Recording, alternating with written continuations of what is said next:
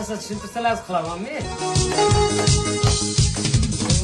Ay Cemal, güzel Cemal, husniga shaydo men Cemal.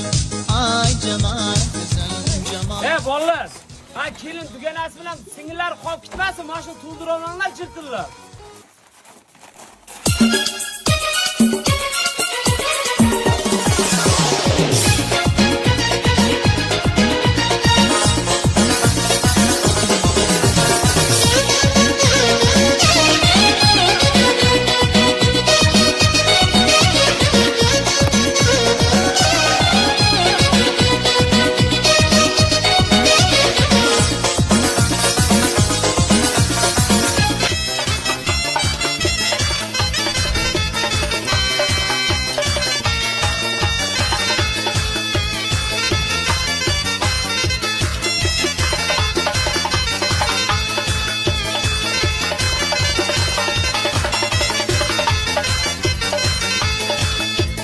To'ylar muborak, to'yhol bo'lsin. Ey yonisharim, sirgani keldi yosh yarim.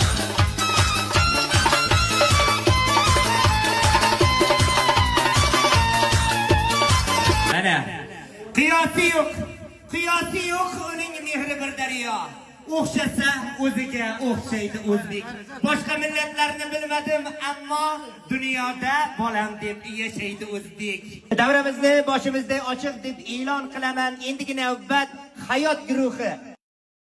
Bay bay bay bay, ochilib ketibsan Nilu, ay ay ay ay, sochilib ketibsan Nilu, ay ay ay ay, bo'yga yetibsan Nilu, voy dod go'zalsan Nilu. Endigi so'z navbatini kuyovimizni singlisiga beramiz. Keling. Tarelkada sifat ishkalat, yemaysizmi yangajon, shunday chiroyli akamni sevmaysizmi yangajon. Shu qo'shiqlarimiz sizlar uchun azizlar. Ketdik.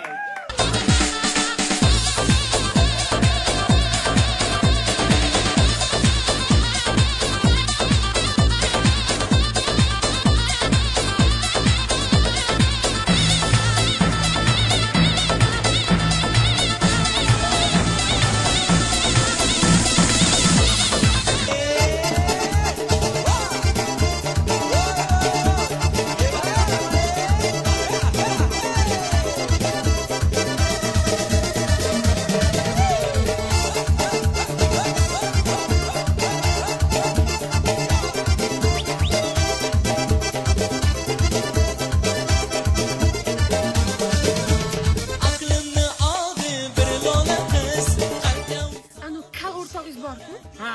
O'sha nima desa ham ishonmaydi, xo'p? Unga umuman ishonmayman. Boshqa ishonmayman. Nimaga ishonmayman unga?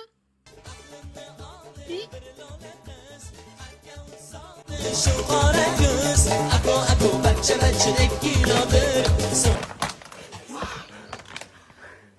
Shahboz ham 17 lekin. Shahboz emas, men yedim bu yerda.